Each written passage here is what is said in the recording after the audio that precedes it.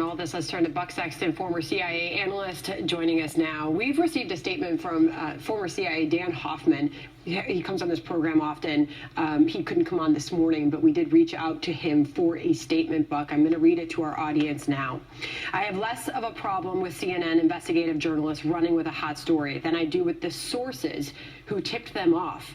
If indeed any of this story is true, whoever was discussing this sensitive story with CNN was certainly committing a major dereliction in duty. Putin has made it clear he will not hesitate to launch assassinations against those he brands traitors.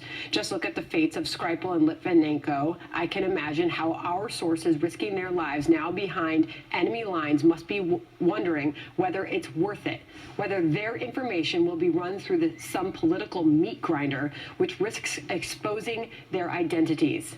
It certainly appears that the key point of the story is that a CIA source had to be exfiltrated out of concern President Trump had compromised him. Best to leave the intelligence community and their sacred work out of partisan politics. There are plenty of other issues on which to argue with the president. Before I went overseas as chief of station the first time, many years ago, a CIA veteran was giving me some advice about how best to do our work. He summed it up simply: the secret of our success is the secret of our success. Buck, your reaction to the reporting this morning? I agree with my old colleague, Dan. I think he sums it up nicely in that statement. I would just add to it that there's an obvious recklessness from anybody who would be talking about this kind of story that had access or knew anything, if in fact that's what went on here. It certainly seems to be the case. And there's also, I think, a recklessness from journalists to run with this. I mean, they have to, as Americans, as patriots, also make some determinations about what the public needs to know versus what actually does put people in jeopardy, what can be problematic from a national security perspective. And while legally they tend not to fall into the same consequences as those with access to the information, that doesn't mean that ethically they can just report on whatever they want. And in this case, it's quite clear that it was just meant to get Trump. The story here really isn't about the whole operation or exfiltration, whether it's true or not, although the agency's already come out, which is rare, and said this is just BS, this is not true. But this was all meant to be a weapon against Donald Trump, and that's why I think some of the other barriers, both from people allegedly inside the intelligence community who talked about this, and some of the journalists here who ran with a half-baked, if not entirely untrue story, because we're in the get Trump era, all of the rules all of a sudden don't apply the same way. And that's what I think happened with this story. And so that point was clearly made by yourself and your colleague, Dan Hoffman, who I also want to point out is a Fox News contributor.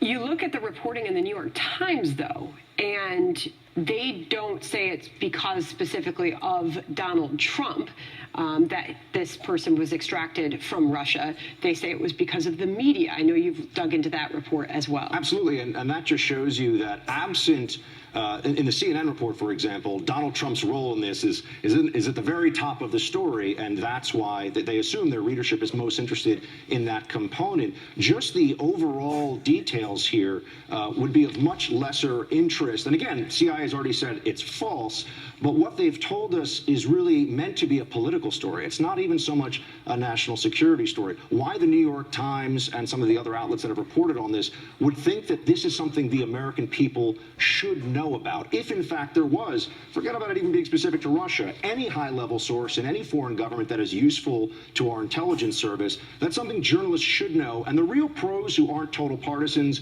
do know, should never be released publicly, should never be talked about. As a patriotic duty, forget about whether or not the First Amendment legally protects it. It's a question of judgment and ethics, and I think that in this case, you've seen a lot of people that have just decided, well, because it makes Trump look reckless, we're just going to say that this is something people need to hear about. So you've got the CNN report, which the CIA is saying is misguided and untrue. You've got the New York Times report saying that this happened because of the media. NBC followed up on the CNN report and actually drove to the person's house, at which time SUVs pulled up alongside them and obviously got them to leave and go away, this particular reporter or correspondent.